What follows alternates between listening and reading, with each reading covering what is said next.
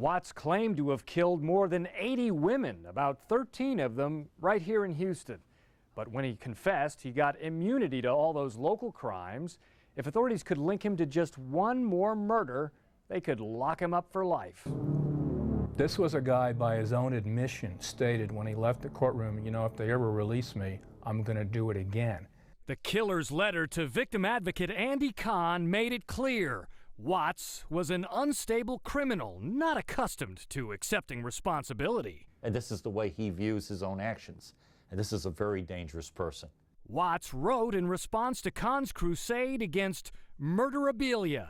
There's nothing more nauseating and disgusting than to find out the person who murdered one of your loved ones now has items being hawked by third parties for pure profit. It's a quest that has uncovered over the past decade and a half. What a fascinating subculture that we have found. America's worst murderers are reaching out beyond cell bars to connect with other killers. You find that there's a whole network going on amongst the serial killers themselves that correspond with each other.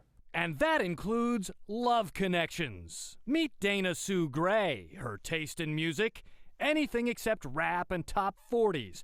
Oh, and also, she's a serial killer. Here's her letter to Keith Jesperson, offering to swap signed photos.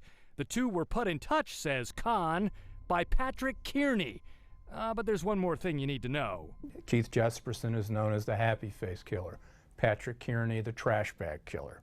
Of course, they're all locked up, so writing letters about all they can do. But Kahn wants to keep those letters from being sold for profit. Texas and 7 other states have passed laws against murderabilia, but Kahn says a federal law is what's needed. And hopefully one day we'll eradicate this insidious, despicable industry. This letter from Coral Eugene Watts may be the closest thing to "I'm sorry" that Elena Samander's family ever gets. You know, we never received an apology, so I guess, you know, I can take that as an apology, but there was never an effort on his part that I know of. Before Watts could be released from Texas prison, authorities out of state were able to convict him of the 1979 slaying of Helen Dutcher. He died in a Michigan lockup in 2007 from prostate cancer, leaving decades of questions forever unanswered. But Kahn believes these 2 pages in Watts' own handwriting tell you all you need to know. It tells me that this is why individuals like Watts did what they did, and that is kill people. In the case of Coral Eugene Watts, we will never know how high the body count goes, just how many young women's lives he snuffed out without even a twinge of remorse. I'm Ned Hibberd, Fox 26 News.